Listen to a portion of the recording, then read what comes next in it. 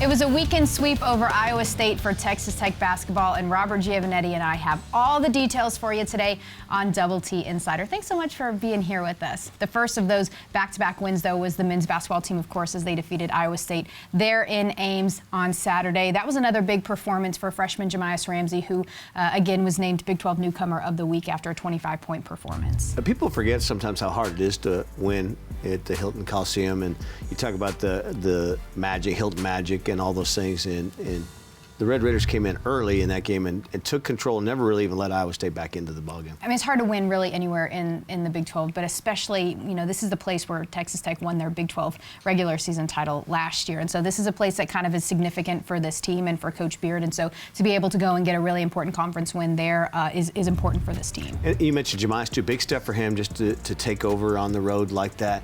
I mean, he is showing us why he was so highly recruited, why he's so respected around the country.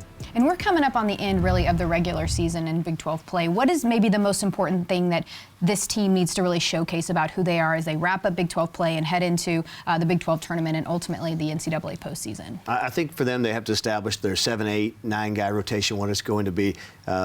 Big 12 title now attainable after the Kansas win. So you now are planning to secure that third place spot in the Big 12, go to the Big 12 tournament.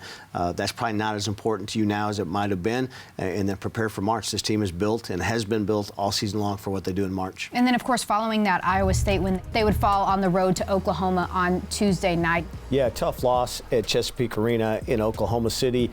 Oklahoma took the fight to the Red Raiders right from the beginning, led by 10 at the half.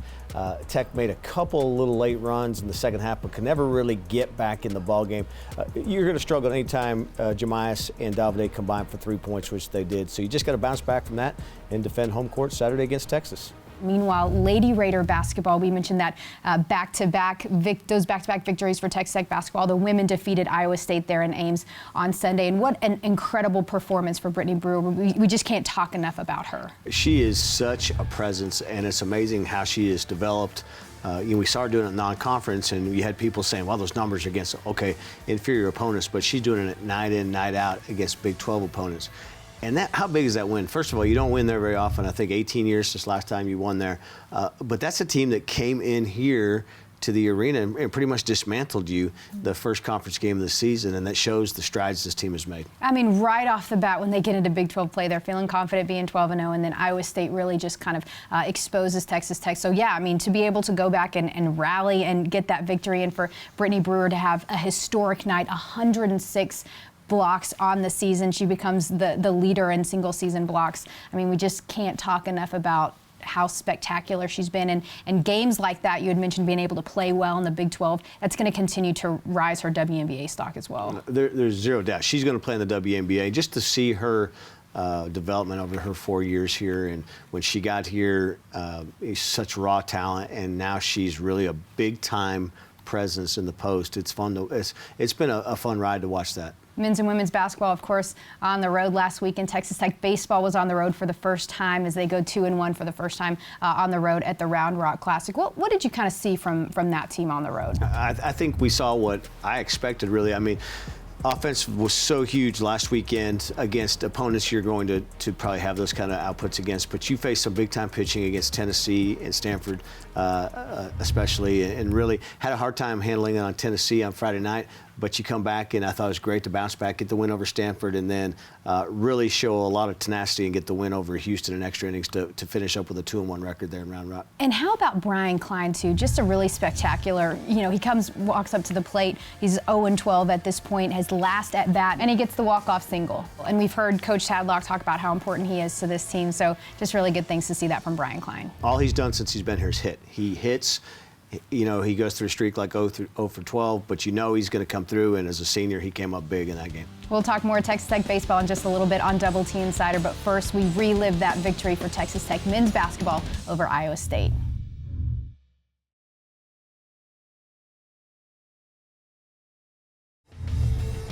Why are they so lazy? Call that. That's a foul.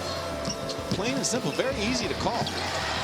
Condit erases another shot. Welcome back into Double T Insider. It's really exciting to see somebody like Kevin McCullough really start to kind of showcase his talents and abilities, and he's starting to play with just a lot of confidence here late. I think people forget he was here last year, right? But he got to soak in all that leadership and all of the development that team had, and then he's fought back from an injury.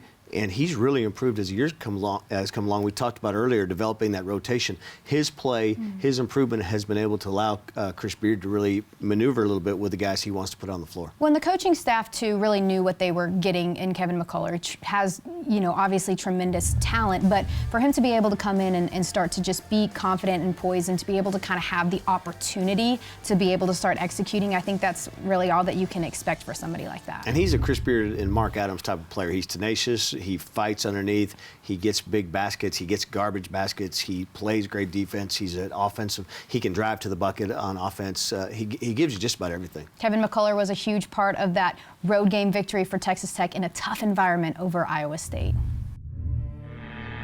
To win in February and March, and eventually April, you had to be aggressive.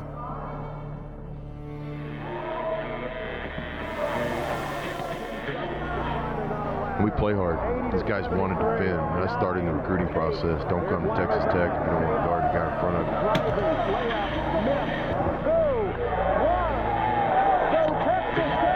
We're a no excuse culture. We intend to be a part of the fight this year.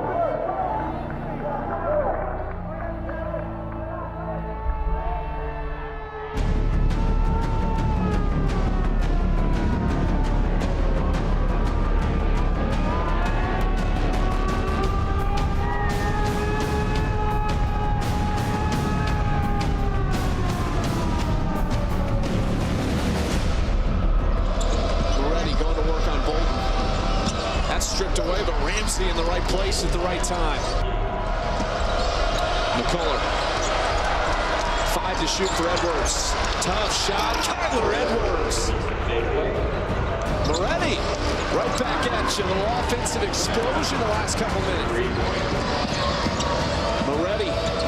Double team. Iowa State getting back on defense.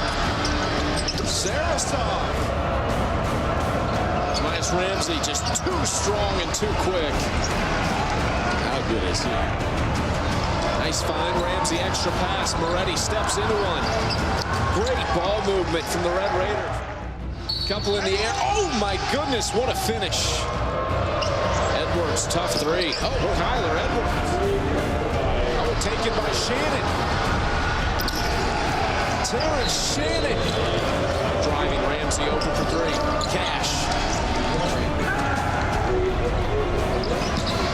Kyler Edwards, jump stop was seen all day long and shoot around. Ramsey on Nixon. That's just tough. You can't do much about that one. Ramsey rises up and puts another one in.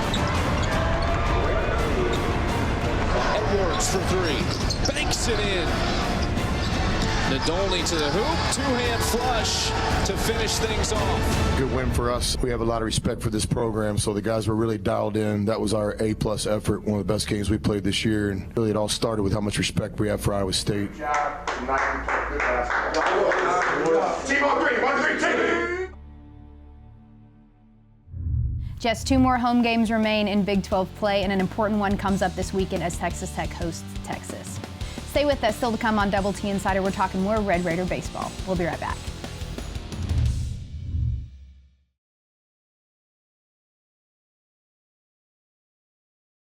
He's a West Texas native who donned the scarlet and black on the football field in the late 1950s. The 2-year letter winner earned a bachelor's degree in education before graduating from medical school. As an orthopedic surgeon, he served the Amarillo community for nearly 3 decades, never forgetting his ties to Texas Tech. He's been a member of the Board of Regents and the Chancellor's Council.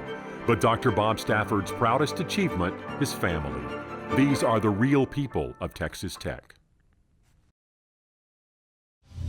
Welcome back into Double T Insider. Gio, you talked about depth and range. I mean, you have said it before. This is a team that can really win in a lot of different ways. There's zero doubt. And it starts on the mound with this team, and so much depth. And national guys are taking notice. They're saying, man, Texas Tech, every guy they run out there has a power arm, and we've seen that. We saw it all weekend. It really it helped you. Again, you go into extra innings against Houston, you knew you were going to have some of the arms to really probably wear them down a little bit in the extras on Sunday. Another throughout the next month, they're going to be really tested in this kind of non-conference slate before they get into Big 12 play. And you're going to see that with Mississippi State. You're going to see that with Florida State coming up this weekend. What's maybe the most important thing that this group needs to kind of continue to, as they iron out the kinks, continue to focus on before they get started in Big 12 play? You know, the interesting thing is when we used to take these road trips, you're going, okay, we're the big game hunter. Now you're the hunter. You've got that number on your back. Everybody wants to take you down. You're going to get everyone's best shot. And so, again, pitching is going to be a key to that, I think, as you go, especially starting this weekend in Tallahassee. And Texas Tech is continuing to kind of showcase their talent, and we saw that on the road at the Round Rock Classic.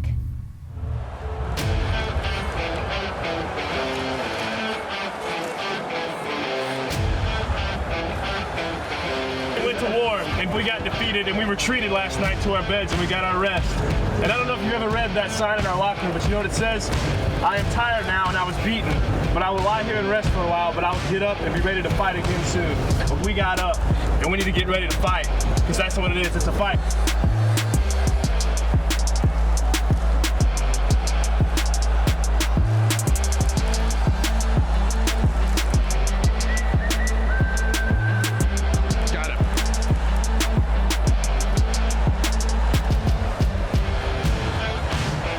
Lifted to left, carrying, adios muchacho.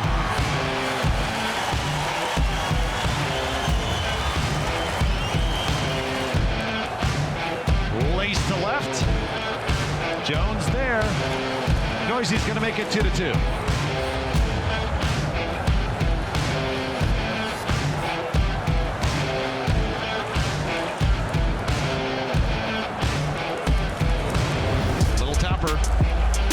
Jones was going on the play, but still a great throw to first.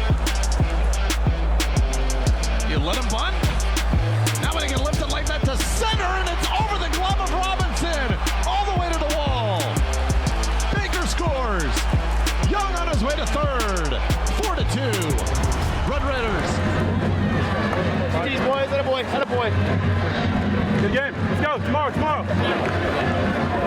I want to thank everyone once again for your support of this 2020 Oklahoma Round Rock Express. Thanks for coming, and please Do it again tomorrow. Drive safely.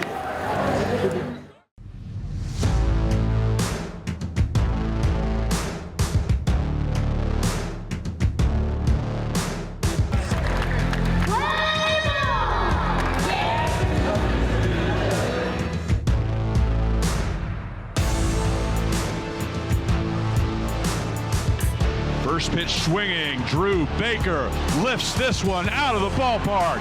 Raider power on display in Round Rock.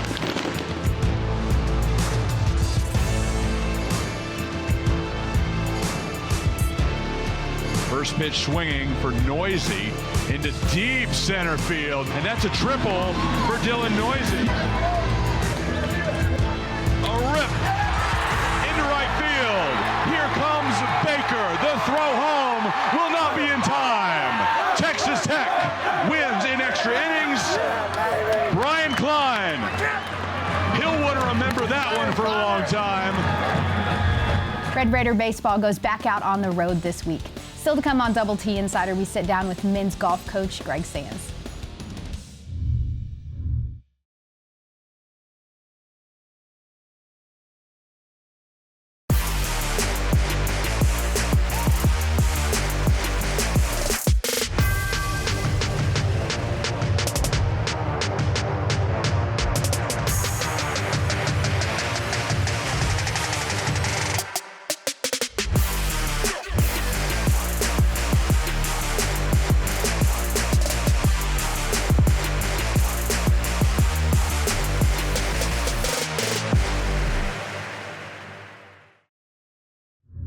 Welcome back into Double T Insider. We are talking Texas Tech golf with men's head coach Greg Sands. Coach, I appreciate your time. Thank you. Appreciate it. I always love when we get a chance to catch up with you. You guys are on the road so much, and you've already been some really amazing places.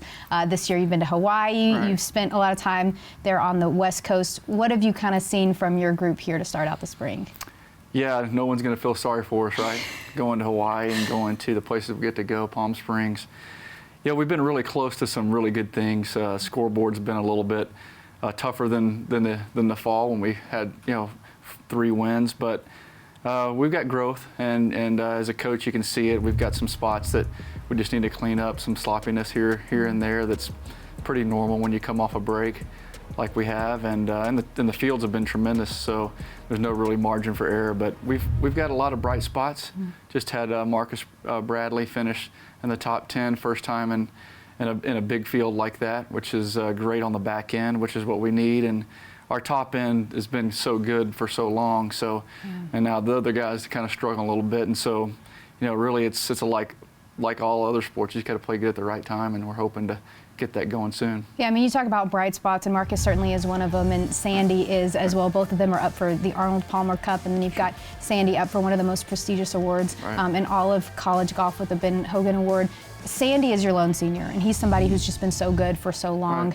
What have you seen from him just this year as he's continuing to just be really fantastic as an individual on this team? No, he's just been an anchor for this team in so many ways. But him and Kyle.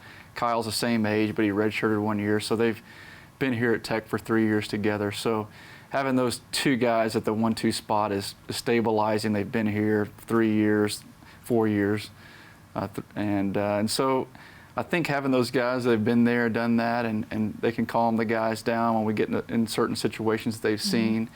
But Sandy being world traveled and playing in the Walker Cup and doing the things he's gotten to do, there's not really any circumstances that overwhelm him, and that's so big in golf, is to be calm and composed, and he's certainly really competitive, and that fire, he brings it every day, and he's certainly probably had his worst tournament at Palm Springs, so he's been focused, he's been in a good frame of mind, and I know we'll get his best next week. But having those two guys, and particularly Sandy in our lineup, is just reassuring as a coach that you're going to have two guys that are going to lead the team in the right way, do the right things in the classroom and on the golf course too. Now, you mentioned this weekend you guys are going back out on the road, right, in Las Vegas, right? And so what do you kind of need to see from this group? I mean, this is an important opportunity as you kind of get closer and closer to that Big 12. Yeah, this will feel like the postseason.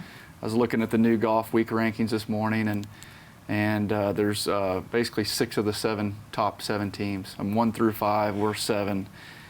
So, our goal would be always to be in contention to win the tournament. And we've played this golf course, we know it. So we're looking to go play to our standard, no matter who's in the field. And I really think that if we do that, then we'll be in that last group with a chance to win. We've really been consistent with being at least within striking distance, and that's pretty much our goal every term, is, hey, let's be there at the end, and then then you can't really control it. You just go play and see what happens. Yeah, I mean, that's what it's all about, right? Controlling who you are and who you bring to the table. Absolutely. Coach, good luck this weekend and for the rest of the season. I appreciate it. Stay with us. We'll be right back on Double T Insider.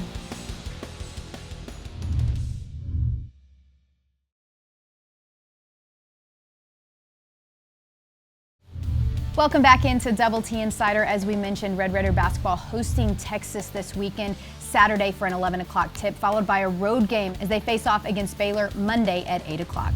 Meanwhile, the Lady Raiders are at Oklahoma State on Wednesday today at 7 o'clock, followed by TCU here at home Sunday at noon.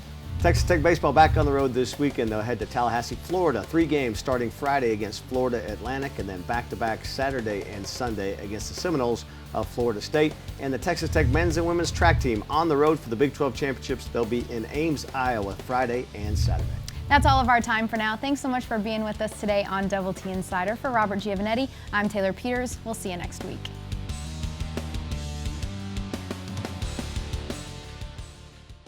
And if you missed any part of today's show, head on over to TexasTech.com or download the Texas Tech TV app on Apple TV and Roku. This has been a presentation from Learfield IMG College.